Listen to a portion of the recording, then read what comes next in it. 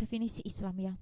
Dengan kita meyakini setiap perkara yang dibawa oleh Nabi Muhammad adalah utusan dari Allah Ta'ala. Dengan cara bagaimana kita meyakininya, meyakini bahwa Islam, yang dinamakan Islam itu kita meyakini perkara itu dengan cara mentaati perintahnya, menjalankan perintahnya, dan menjauhi larangannya.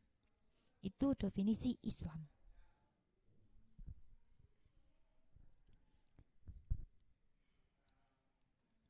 Saya lanjutkan dulu.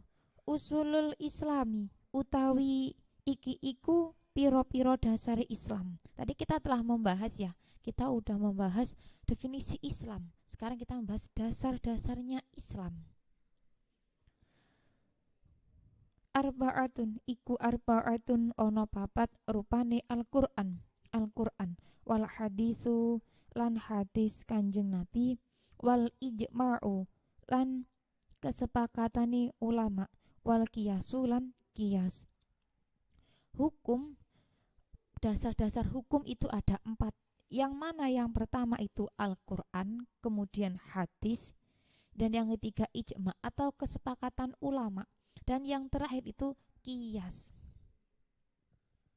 Al-Qur'anu utawi kang aran Al-Qur'an, huwa hiya Al-Qur'an iku kitabullahi, kitabe Allah, al-munazzalu kang den turunake apa kitabullah ala sayyidina ing atase Gusti kita rupane Muhammadin Nabi Muhammad sallallahu alaihi wasallam. Sholah mugi paring tambahi rahmat ta'dim sinten Allah alaihi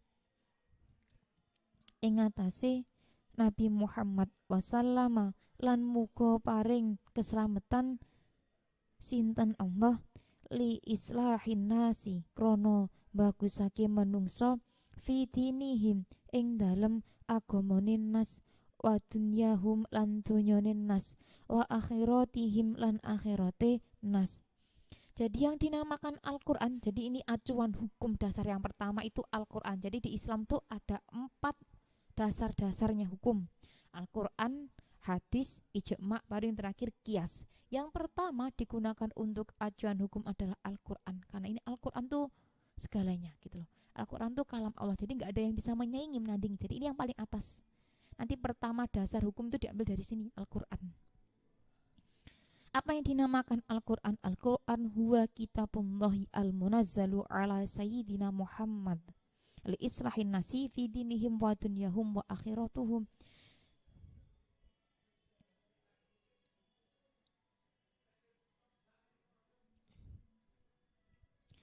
Yang dinamakan Al-Quran itu adalah kitabnya Allah yang diturunkan pada Nabi Muhammad SAW untuk memperbaiki manusia, memperbaiki di dalam agamanya, dunianya dan akhiratnya. Jadi ini untuk menuntun manusia menuju kebaikan di dunia maupun di akhirat. Itu yang dinamakan Al-Quran, kitab suci umat Islam gitu loh. Ini nanti hukum-hukum dasar tuh diambil dari situ, yang pertama dari Al-Quran sendiri.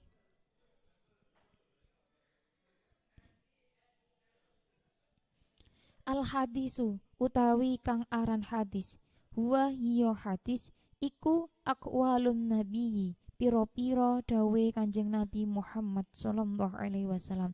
Salamuka paring tambahi rahmat takdim sinten Allahu Allah alaihi ing atase Nabi sallallahu alaihi wasallam, wassalama lan paring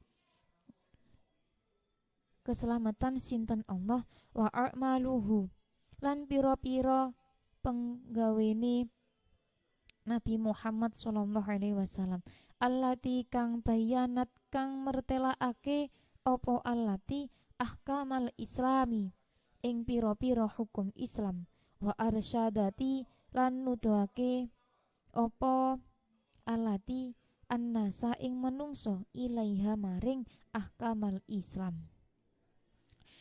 Hukum dasar yang kedua di Islam itu setelah Al-Quran adalah hadis. Hadis itu adalah ucapan dan perbuatan Nabi Muhammad SAW yang menjelaskan tentang beberapa hukum Islam dan menunjukkan pada manusia. Jadi hadis itu diambil dari ucapan Nabi Muhammad atau tindakannya atau perbuatannya. Makanya kadang hadis itu maaf bukan kadang sih, setiap hadis ada kata-kata rawahu siapa, diriwayatkan oleh misal Abu Hurairah, qala Nabi Muhammad SAW, bahwasanya Nabi berucap seperti ini. Lah, itu memang hadis itu isinya itu ucapan atau perbuatan Nabi Muhammad yang mana menjelaskan beberapa hukum Islam dan untuk tujuannya untuk menunjukkan pada manusia gitu loh. Jadi hukum itu tuh bisa kita pahami atau kita ambil dengan cara kita tuh melihat tutur katanya Nabi Muhammad, apa yang beliau ucapkan, dan dilihat dari tindakan beliau, sikap-sikap beliau. Dan nanti hadis ini diambil ketika seperti ini. Misal tuh di Al-Quran tuh sudah mencakup segala yang gak ada yang bisa menandinginya. Benar tadi yang saya katakan ya di awal, kalau Al-Quran nanti tidak dijabarkan, misal gak dijabarkan secara detail, nanti detailnya kita lari ke hadis gitu-gitu. Tapi meskipun kita untuk mencari detailnya atau cabangannya tuh ke hadis, ini nanti hadis tetap gak bisa menyaing Al-Quran. Jadi tertinggi tetap Al-Quran kayak gitu loh. Misal kayak apa ya?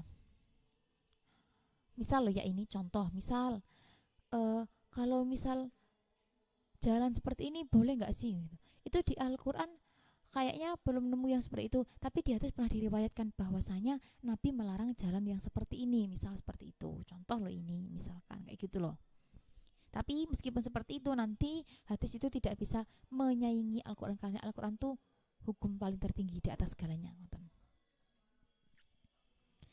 Al-ijma'u utawi kang aran ijma' huwa ya ijma' iku ittifaqu mujtahidil ummati, sepakate wong ahli ijtihade umat, ba'da nabiyiha ing dalem sause sayyidina, ing dalem sause sedane Nabi Muhammad, rupane Muhammadin Nabi Muhammad sallallahu alaihi wasallam.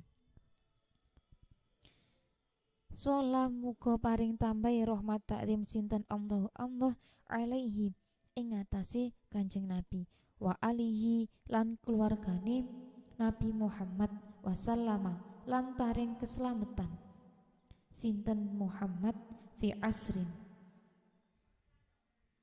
ing dalem asr minal aksori fi asrin ing dalem mongso minal aksori saking pira-pira mongso ala ayyi amrikana ing atase endi-endine perkara kana kang tinemu apa amr.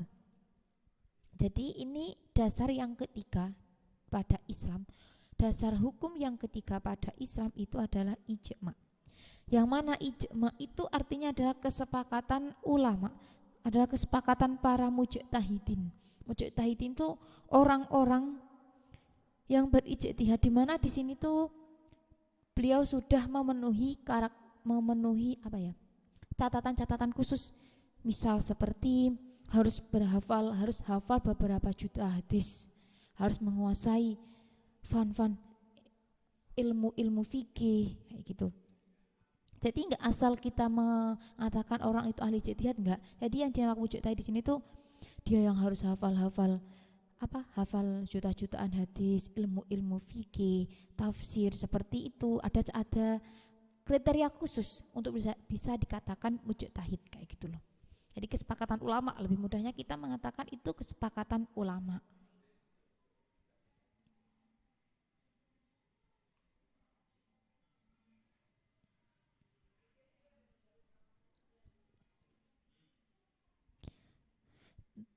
Sebelumnya kan saya tadi mengatakan bahwasanya hadis ya yang kedua, yang ini kan ijma'. Terus misal tuh ketika nanti hadis sama ijma' enggak selaras, gimana? Apa yang kita pilih hukumnya? Mungkin enggak seperti itu, kontras. Insya Allah enggak mungkin gitu, enggak mungkin. Jadi kalau semua hukum tuh pasti selaras kayak gitu loh.